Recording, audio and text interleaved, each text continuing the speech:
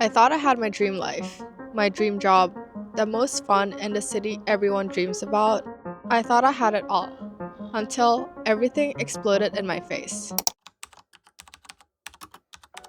In January 2022, I started my new job, one I had worked so hard to get and wanted for such a long time. And after years of being single, I finally met someone and was in a relationship.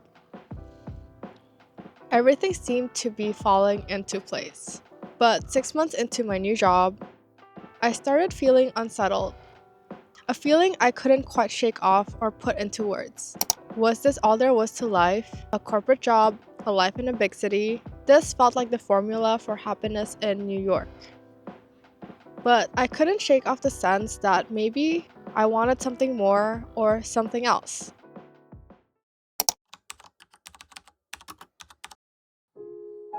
I started asking myself the questions of where do I want to live? What do I see myself doing for the next 5 years or 10 years? I wasn't really sure about the answer. But one thing became clear to me. It was not corporate New York City. I started making YouTube videos as a way to explore a life outside of tech. Telling stories of the ordinary was something I always loved and wanted to do. It felt like a natural transition since even when I was in high school, I had a Tumblr vlog. But for some reason, I was in my head a lot. I felt so scared. I barely had any views and I wanted to give up a lot. But I went for it and kept going. Then, a few months after starting my YouTube channel, everything exploded in my face. The person I was with turned out to have lied to me about everything, and the job I initially dreamed about, I hated it. I hated it all. I hated my life. I even at times hated myself. In the aftermath, I spent much of 2023 trying to heal and figure things out. I knew I had to leave corporate New York City, but for what reason? I wasn't sure if there was anything even waiting for me on the other side. I thought about grad school, I thought about getting a different job, I thought about moving to a different city. But all in all, I just kept feeling like I was a character trapped in the wrong movie. There was this voice I couldn't quite ignore, just urging me to leave. I just couldn't see a future in New York City. So I went back to the drawing board and asked myself, if I knew I wouldn't fail, what would be the things I would be doing with my life? I had a hunch it was startups and YouTube. Leaving New York felt like a big breakup because New York City was the city that I loved so much, and it was all that my teenage self could dream about. But I had to face the reality that living in the city was starting to make me feel like I couldn't breathe. It also felt crazy to want to do startups and YouTube because I did not know anyone in my personal life who did startups and YouTube. How was I going to make it work? Where do I even start? I hesitated a lot because there was a rational side of me that kept telling me that this life in New York was all that I wanted and that it was good enough. Objectively, it was. When I looked at my friends, they were all on a similar trajectory and they seemed content. Why shake the boat? Why trade it all for the great unknown?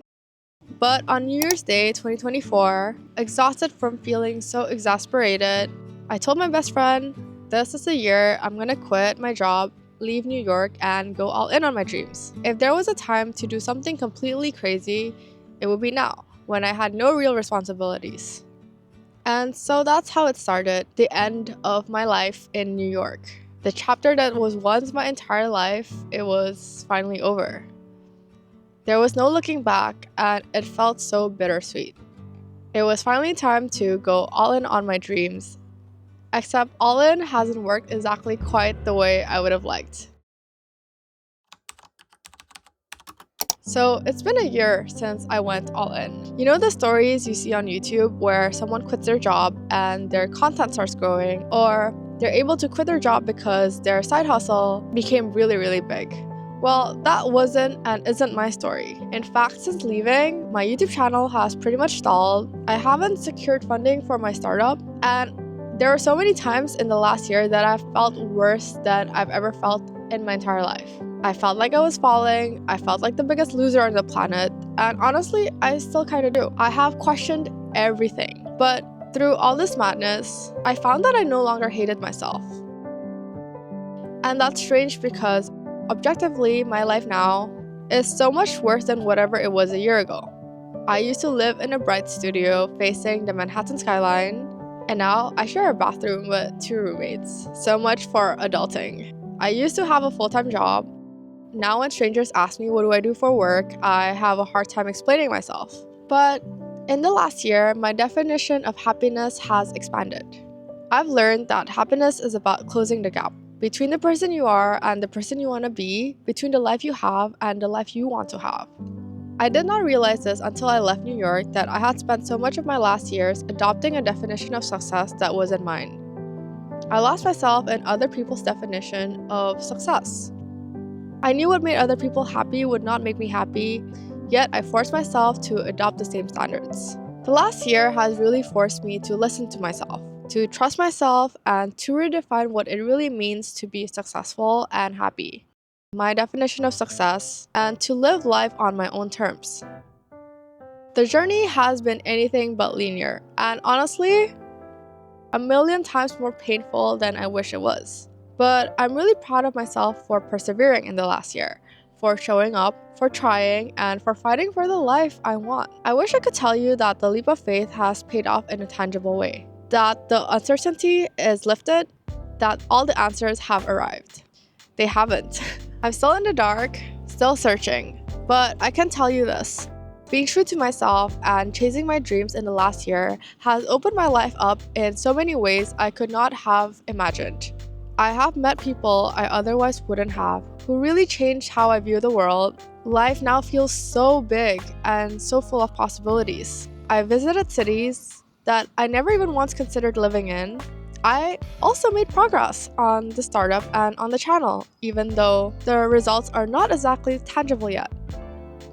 I now can imagine a future for myself that I once couldn't. But really, the last year is a reminder that life is meant to be lived in a multitude of ways. That there isn't just one way for the story to unfold.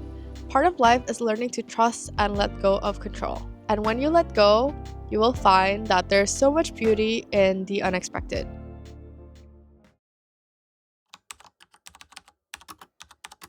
You know the cliche, it's always darkest before dawn? Well, I find that to be very much true. I've had so many dark days in the last year where I genuinely just felt so utterly depressed. But the dark days that feel like forever, the days that feel heavy and never ending, that can make you feel like you're being buried, you're actually being planted. And when you plant a seed, you celebrate its growth. No matter how slow, no matter which direction it's going, because you know what matters is it's growing. In the last year, I made a bunch of decisions that felt like I was moving backwards in life. Moving back home with my parents, selling all my furniture, downsizing to 2 suitcases, living at friends' place, trading my apartment for a room. While these steps in the moment made me feel like I was going backwards in life, I learned that they were necessary for my growth. And it made me realize that I'm so strong, I'm so resilient, and I'm so courageous. Even though things are not quite there yet, I can say that I am very proud of myself. So what's next, right? Well, I'm still working on my startup and I'm still making YouTube videos. I recently took up a freelance gig to pay the bills and I have some exciting things around the corner. I have a vague idea of where I want to be next year. And maybe last year, I would have seen the lack of definitive progress as an abject failure, but now I see it as a sign to just keep going. And you know what? I now have this feeling that things are about to get real good. And so I'm gonna take my time to figure it out. I will keep searching and I will keep fighting for what I want and what I believe will be possible. Another thing I learned was if you want to change your life, change does not happen overnight. Your new life will cost you your old one and change really hurts. But when you charge into the unknown and let life unfold, life will open up beautifully. It's funny because a few years ago, the idea of leaving New York was so scary. I couldn't imagine a life outside of New York City. And I felt like my life was gonna be over when I left New York. And there will be no more exciting things happening. But now I feel like my life has just begun. And at 27, I feel like I'm in the first few pages of a brand new book. So if I could go back in time, I would definitely tell myself this. It's okay to hate where you are right now. It's okay to hate your life and even yourself. Sometimes you need to hate things in order to make a change. And you need to burn traces of your old life in order to make space for the life you truly deserve. And you know what? It's never too late to start again.